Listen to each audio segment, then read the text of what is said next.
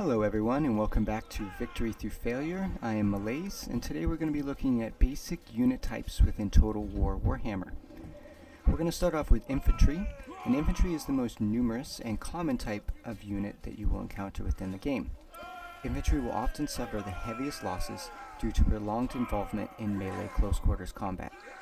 Infantry can be used defensively to hold a dangerous enemy back, or it can be used offensively to attack and destroy enemy infantry. Infantry formations create a physical barrier, preventing enemy access to your more vulnerable units. Non-elite versions of infantry are often very cost-effective and can kill much more expensive units. Many infantry also have many varieties, which allow for counters to more expensive or exotic units as well. Infantry presence also extends your influence within the battlefield and allows you to maintain control of territory, such as a castle wall or the high ground. Infantry do have some weaknesses, however. They are often quite slow due to their lack of a mount. Once infantry is engaged in combat, it can be very difficult to realign or to adjust their formation later. Most non-elite infantry is also unable to attack flying units, allowing for some factions to heavily punish these armies. Ranged units are units that can attack from outside of melee weapon range. Ranged weapons are versatile and can be used to attack from behind enemy lines, set up overlapping firing arcs, chase fleeing units from the battlefield, and for some factions, completely annihilate expensive enemy units before they have any chance to get into the battle. Ranged weapons can help units deal damage to the enemy while remaining outside the range of that enemy's counter-attack. Ranged units also have access to skirmishing, which can be used to harass enemy lines, probe enemy flanks for weaknesses or openings for other units. It also allows hit-and-run tactics, and ranged units can also delay enemy movement, disrupt incoming attacks, and help weaken enemy morale. Ranged units do have some big weaknesses, however. They are highly vulnerable to melee combat, with some exceptions, but for the most part, being attacked up close will not end well for an archer.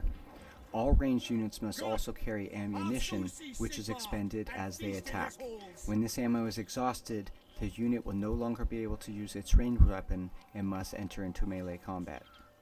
Ranged units must also have a line of sight to fire, making their deployment slightly more involved than that of regular infantry. Cavalry are mounted infantry, or mounted ranged units, or units that are larger than a human. Monsters can also cover the wide range of sizes from small to huge and can be considered cavalry for the purposes of this video. Cavalry are almost always faster than non-mounted troops, giving them a huge advantage to harass and escape from enemies. The speed and large mass of cavalry units gives them a tremendous charging potential, which we will discuss later. Some advantages that cavalry has is a huge speed advantage over non-mounted units, which can be abused especially with mounted ranged units. The large mass of cavalry allows them to break formations, sowing chaos and punching through to more vulnerable units in the back lines.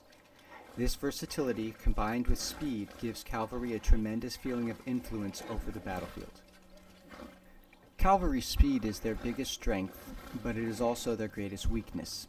A cavalry unit that is mismanaged and is surrounded and unable to use this mobility will often be quickly brought down.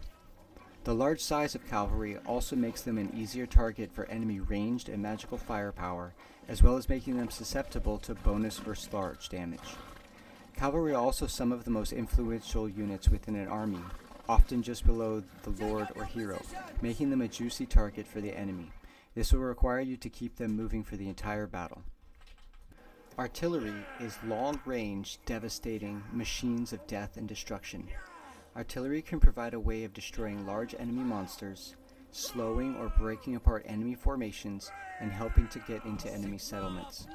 Artillery varies wildly depending on the faction selected, but generally comes in three forms: direct, indirect, or aura. Direct artillery, such as a cannon, fires a long-range shell into enemy forces. The artillery piece requires a line of sight, but can often fire more accurately than other artillery types. Indirect artillery, such as a mortar, fires even farther away, but because of the steep firing arc, the shells are airborne longer, which reduces accuracy.